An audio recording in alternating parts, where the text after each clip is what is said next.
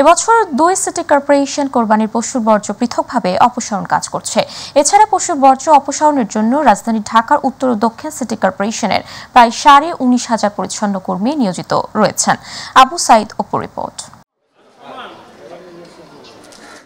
মহান আল্লাহর সন্তুষ্টি লাভের আশায় আর বংশীয় পরম্পরা অনুযায়ী ঈদের দ্বিতীয় দিনও কোরবানি দিচ্ছেন অনেকে, আবার অনেকে ঈদের দিন কষাই না পাওয়ায় ঈদের পরদিন পশু কোরবানি দিচ্ছেন। এদিকে কোরবানির পশুর বর্জ্য ব্যবস্থাপনা নিয়ে সন্তুষ্ট নগরবাসী। তারা বলছেন, অতীতের তুলনায় এবার উত্তর ও দক্ষিণ সিটি কর্পোরেশন ছিল বেশ তৎপর। যেহেতু প্রথম দিন কষাইয়ের খুব সংকট থাকে, এরপর ধরেন খুব ঝামেলা হয়, অনেকগুলা গরু একসাথে পড়ে, এই জন্য আমরা দ্বিতীয় দিন কোরবানির ব্যবস্থা করি।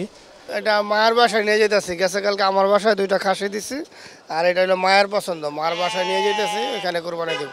রাজধানীর বিভিন্ন নগরীতে এখনো অনেক স্থানে পশুর বর্জ্য স্তূপ করে রাখা হয়েছে, ছিটানো হচ্ছে ব্লিচিং পাউডার, আর এরপর সিটি কর্পোরেশনের গাড়ি এসে নির্দিষ্ট স্থানে নিয়ে যাচ্ছে বর্জ্য।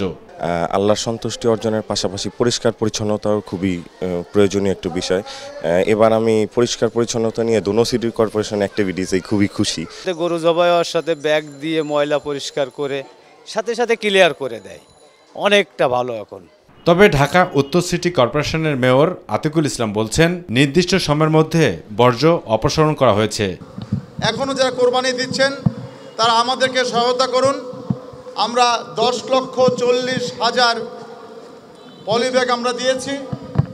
আমাদের 500-রও অধিক গাড়ি, যান্ত্রিক গাড়ি রাস্তায় আছে। প্রত্যেকটি অঞ্চলকে বিভাগীয় প্রধানদের আমরা ভাগ করেছি। প্রত্যেকটি ওয়ার্ডে ওয়ার্ডে আমাদের সম্মানিত কাউন্সিলরবৃন্দ কাজ করছে। আর এদিকে ঢাকার দক্ষিণ সিটি কর্পোরেশনের প্রধান নির্বাহী কর্মকর্তা মোহাম্মদ মিজানুর রহমান জানান, বর্জ্য অপসারণে দিনরাত পরিশ্রম করছেন প্রায় 19,500 পরিষ্কার পরিচ্ছন্ন কর্মী।